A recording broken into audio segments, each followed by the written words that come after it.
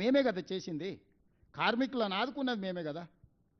రేపటి వాళ్ళ భవిష్యత్తు ప్రణాళికలు, ఇప్పుడు బాలీవుడ్ వస్తుంది, రేపు హాలీవుడ్ను కూడా ఇక్కడ షూటింగ్లకు తెచ్చే బాధ్యత మేము తీసుకుంటాం. సినిమా పరిశ్రమను వాళ్ళని హక్కున పెట్టి చూసుకుంటాము, వాళ్ళ మంచి కోసమే కదా.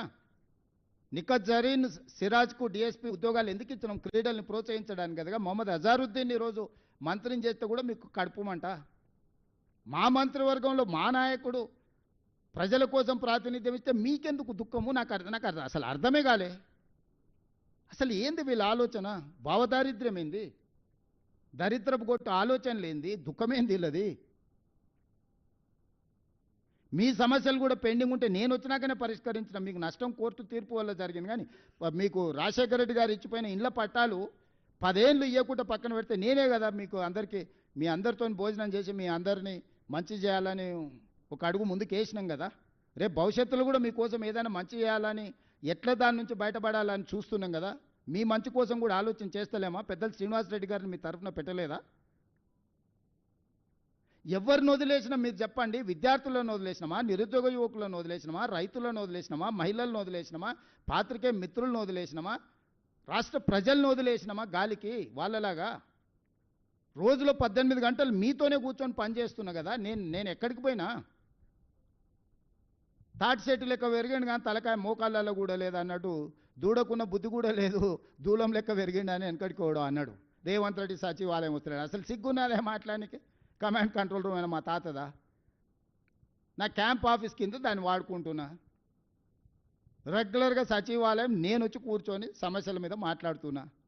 రోజులో 18 గంటలు ఎక్కడున్నా నా జీవితంలో కానీ, నా విధానంలో కానీ, నా నిర్ణయాలలో కానీ ప్రతిపక్షంలో ఉన్నప్పటికి ఇప్పటికి ఏమైనా మార్పు వచ్చిందా? మీ అందరితో వ్యవహరించే శైలి కానీ వాళ్ళలాగా ఏమన్నా దుర్మార్గంగా ఎప్పుడైనా వ్యవహరించినా?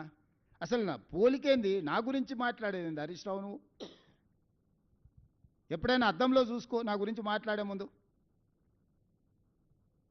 నాదేముంది? సాదా సీదా జీవితము. నేనేం గవర్నమెంట్ ఢిల్లీకి పోయినా కూడా జనరల్ ఫ్లైట్లో పోతా. నేను మీలాక ప్రత్యేక విమానాలు, మీ దేవుళ్ళ మొక్కులు కూడా ప్రభుత్వం సొమ్ములతోని. కనకదూరు ముక్కు పుడక అని అంటే ప్రభుత్వం సొమ్మే. వెంకటేశ్వర స్వామి తిరుమల తిరుపతి కొండ మీద దేవుడికి ఇస్తే ప్రభుత్వం సొమ్మే. చివరికి యాదగిరిగుట్ట టెంపుల్ నిర్మాణంలో అవినీతే. దేంట్లో మీరు వదిలింది? కోవిడ్ టైంలో ఎన్ని డొనేషన్స్ను మీరు దిగమింగినరు? కోవిడ్ను కూడా వదలలేదు ప్రజలకు సేవ చేయాల్సిన సమయంలో.